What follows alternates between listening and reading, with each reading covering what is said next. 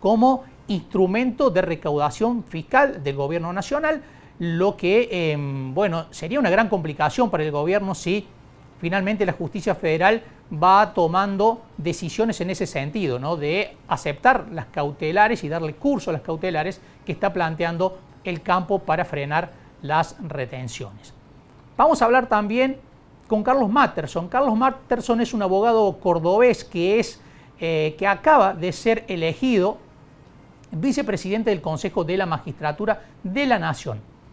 El Consejo de la Magistratura de la Nación es el que elige, el que propone las ternas para cubrir las vacantes en el Poder Judicial, a los jueces nacionales y federales.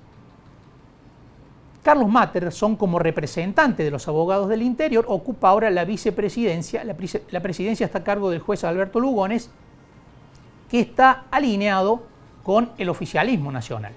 Matterson pertenece a otra línea y está el Consejo de la Magistratura en un proceso de transición bastante complejo. De eso hablamos con Matterson, porque hasta el 15 de abril puede mantener la actual conformación de 13 miembros. La Corte Suprema de Justicia emitió el 16 de diciembre de 2021 una resolución que establece que debe tener una integración de 20 miembros el Consejo de la Magistratura, es decir, 7 más que los actuales. Si no existe esa nueva conformación, todos los actos del Consejo de la Magistratura serán nulos, teniendo en cuenta que elige a los jueces y además los sanciona, y hay el 20% de los jueces federales y nacionales con vacantes, es decir, el 20% de los jueces no están designados y están en proceso de designación, con lo cual si no llegan al 15 de abril se caen todos esos procesos y todos los actos son nulos. En un rato vamos a estar viendo la nota con Carlos Matterson, pero ahora vamos a hablar de lo que planteamos al principio, que son las retenciones, el planteo que van a hacer varias rurales de Córdoba y del país con respecto a si son constitucionales en este marco las retenciones y el pedido de una medida cautelar. Estamos en comunicación con Alejandro Fernández Valdés, el abogado asesor jurídico de la Sociedad Rural de Río Cuarto, que es del estudio de Delfor Maldonado. ¿Qué tal, Alejandro? Buen mediodía. Buen día, Marcos. ¿Cómo estás? Muy bien, gracias por atendernos. Bueno, ¿cuál es el planteo, Alejandro, de un tributo, lo decíamos al principio, que hoy es fundamental para las arcas del Estado, porque, bueno, implica el ingreso de divisas en un contexto de falta de dólares, ¿no? Bueno, Marcos, como bien vos dijiste, se trata de un tributo. El tributo, los tributos, son de aquellas materias que solo el Congreso de la Nación puede legislar. En el caso puntual de las retenciones, hasta el 31 de diciembre había una facultad delegada por el Congreso en virtud de la Ley de Emergencia del año 2019 que autorizaba al Poder Ejecutivo a legislar en esa materia. De hecho, en la Ley de Presupuesto para el año 2022 se propuso una prórroga de esa facultad de fijar este tributo hasta diciembre del año 2024. Pero como ese presupuesto fue rechazado en la Cámara de Diputados, hoy ya no hay una posibilidad, una prórroga de esa facultad del Congreso al Poder Ejecutivo. Por lo tanto, entendemos nosotros que las retenciones y la legislación que hace a la aplicación de ese tributo se han tornado inválidas por el vencimiento de este plazo, justamente, y por no haber una nueva prórroga de esas facultades del Congreso, que es el único autorizado a legislar en materia tributaria, al Poder Ejecutivo. Con lo cual se caería el instrumento legal que le permite al Estado Nacional cobrar retenciones. ¿O se vuelve un esquema anterior de retenciones?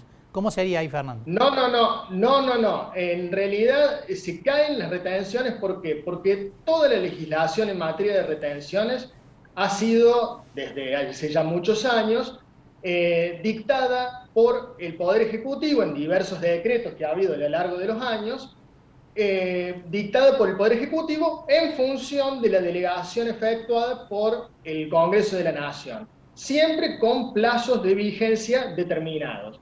Y como te comentaba recién, este plazo de vigencia venció el 31 de diciembre último.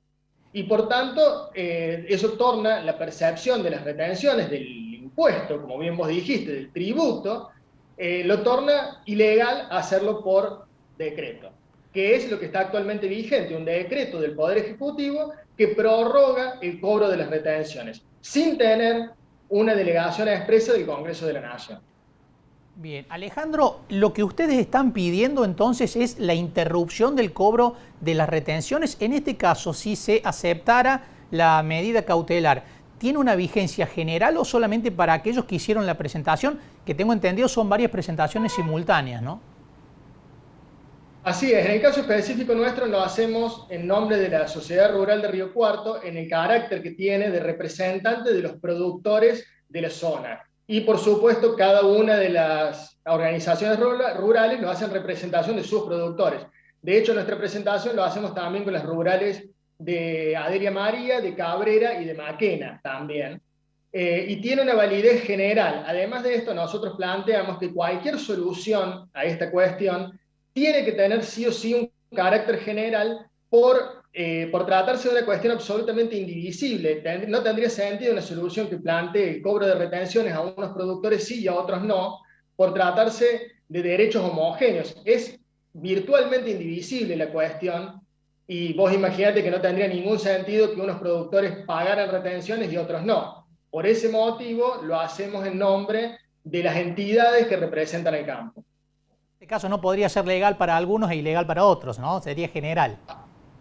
Absolutamente, pensar lo que sería jurídicamente ridículo plantearlo de esta forma. Alejandro, ¿qué expectativas tienen en la justicia? También hace unos días hablábamos con David Tonelo, que no solamente apuestan a la vía judicial, sino también que estas presentaciones sirvan de disparador para que el Congreso tome nota y diga, bueno, sentémonos, como han planteado incluso varias provincias, a repensar, a restablecer el sistema de retenciones. Bueno, como te decía recién, el Congreso es el único facultado a establecer y legislar en materia tributaria. Por lo tanto, nosotros entendemos que justamente en el marco de la división de poderes que establece nuestra Constitución Nacional, es el Poder Judicial quien tiene que poner un freno a una actitud extraconstitucional o inconstitucional de parte del Poder Ejecutivo al tratar de legislar en materia tributaria. Como entendemos nosotros que el Poder Ejecutivo no tiene esta facultad, después lo que haga el Congreso obviamente es materia de los legisladores de decidir sobre estas cuestiones.